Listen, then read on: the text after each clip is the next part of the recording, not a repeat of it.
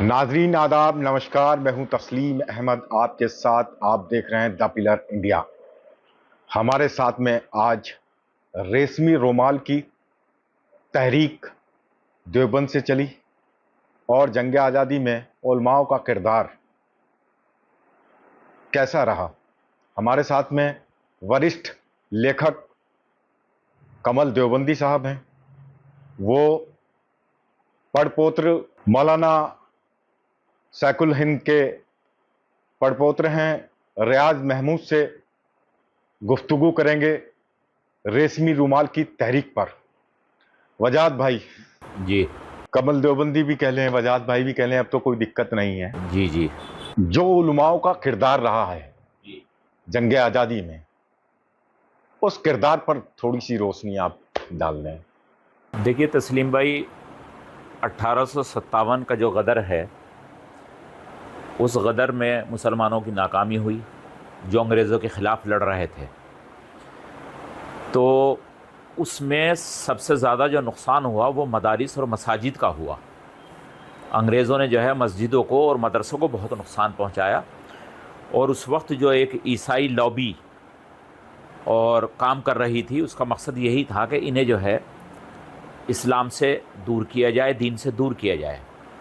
ایک بنیادی چیز جس پر کبھی گفتگو نہیں ہوتی وہ یہ ہے کہ مسلمان اس ملک کے اندر حکمراں تھا اس وقت جب انگریزوں کی آمد ہوئی. تو جب جنگ آزادی کی تحریک شروع ہوئی تو مسلمانوں کو سب سے زیادہ درد یہ تھا کہ یہاں پر 1100 سال ہم نے حکومت کی ہے اور ہماری حکومت چھن گئی. تو سنگھرش جو ہے وہ مسلمانوں نے بہت کیا. پھر اس کے بعد جب ایک ناکامی ہو گئی تو پھر دھیرے دھیرے لوگوں نے سمجھنا شروع کرا، اور سمجھنا شروع کرنے کے اندر جو ہے مسلمانوں نے جو ہے وہ ایک قیام کیا کچھ مدارس کا، جن میں سب سے بڑا مدرسہ جو ہے وہ دارالعلوم دیوبند کا ہے، جس کے ابتدائی غرض و مقاصد میں یہی تھا کہ ایک پاٹھیہ کرم کے انوسار پڑھائی ہو، اور اسی کے ساتھ ساتھ جو ہے ہم لوگ جو ہیں ان لوگوں کو اکٹھا کریں جو عیسائی لابی کے خلاف، انگریز حکومت کے خلاف جو ہے اپنا کام کرے، اپنی کارروائی کرے. اور دھیرے دھیرے یہ کارواں بڑھتا گیا، اور جنگ آزادی کی تحریک کے اندر پھر جس طریقے سے حضرت شیخ الہند مولانا محمود حسن دیوبندی نے اپنا کردار نبھایا اور ان کے شاگردوں میں نے اپنی جو ہے کارکردگی پیش کی، اور ان کے حکم کے اوپر جو ہے وہ پورا کاریہ جو چلا، پروگرام تحریک چلی. اس کے اندر سب سے خاص جو تحریک ہے وہ ریشمی رومال کی تحریک ہے، جس سے پوری دنیا واقف ہے. یہ تحریک ایک وقت پر آ کر بھلے ہی ناکام رہی ہو، لیکن اس تحریک کی سب سے بڑی خوبی یہ ہے کہ اس نے مسلمانوں کو بیدار کیا، اور وہ بیداری مسلمانوں کے اندر اور حضرت شیخ الہند کے شاگردوں کے ذریعے 1947 تک انگریزوں کو یہاں سے نکالنے میں اور یہاں سے رخصت کرنے میں کامیاب ہوئی. آج کے حالات اور ملک کی جو تصویریں ہیں جو نکل کے سامنے آ رہی ہیں، تو جو قربانیاں ہیں علماء کی، تو کیا آپ کو نہیں لگتا کہ وہ رائے گاں ہو گئی؟ نہیں، رائے گاں کوئی چیز نہیں ہوا کرتی. میں اس چیز کو نہیں مانتا کہ رائے گاں ہو گئی.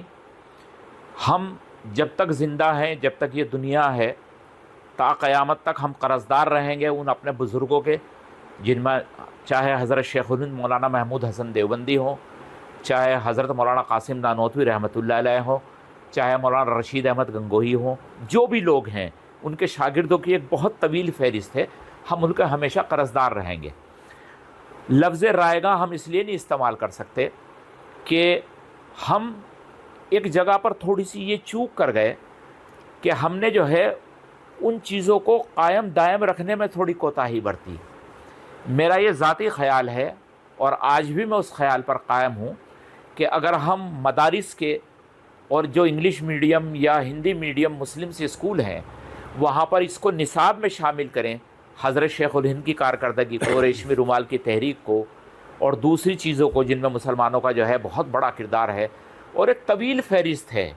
آپ کیا آسان سمجھتے ہیں کہ 14,000 علماء جنہیں پھانسی پر چڑھا دیا گیا، ہم وہ ان کی قربانی رائے گاں چلی گئی؟ بالکل رائے گاں نہیں گئی. ایسی چیزیں رائے گاں نہیں جایا کرتی تسلیم بھائی. اور بس صرف اتنا ہے کہ ان چیزوں کو دہرانا پڑتا ہے.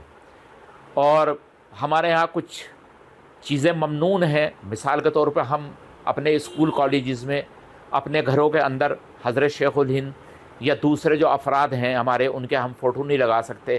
ہم مساجد یا مدارس کے اندر فوٹو نہیں لگا سکتے. تو ان چیزوں نے بھی نئی نسلوں کو متعارف کرانے میں تھوڑا سا جو ہے وہ راستہ دشوار کیا. لیکن میں آج بھی یہی مانتا ہوں کہ اگر آج بھی مدارس سے قدم اٹھائیں اور اپنے ابتدائی درجات کے اندر یعنی چہارم تک دارالعلوم دیوبند، اس کے اطراف کے مدارس، اس کے رابطے کے مدارس اور اسکول کالجز اسے نصاب میں شامل کر لیں تو یقینی طور کے اوپر ایک نئی تاریخ مرتب ہوگی اور ہمارے بچوں کو یہ احساس ہوگا کہ وہ تحریک رائے گا نہیں تھی. ہم دیکھتے ہیں جو ہمارے علماء دین ہیں جگہ جگہ جہاں بھی ان کو موقع ملتا ہے، کسی منچ پہ ملتا ہے یا پھر کسی PC کے دوران ملتا ہے، تو وہ اپنی جو قربانی ہے ہمارے بڑوں کی، جو ہمارے بزرگوں کی قربانی ہے، وہ بتانے کی کوشش کرتے ہیں اور جتانے کی کوشش کرتے ہیں کہ ہم نے اتنی قربانی دی ہیں، آج ایسا کیوں ہو رہا ہے کہ ہمیں جتانا پڑ رہا ہے.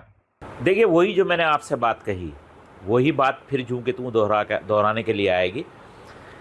دیکھو آپ اگر اپنے علم کو، اپنے ہنر کو، اپنی قربانیوں کو، اپنی محنتوں کو نسل در نسل منتقل کریں گے تو الحمدللہ آپ کو ان سب چیزوں کی ضرورت نہیں ہوگی.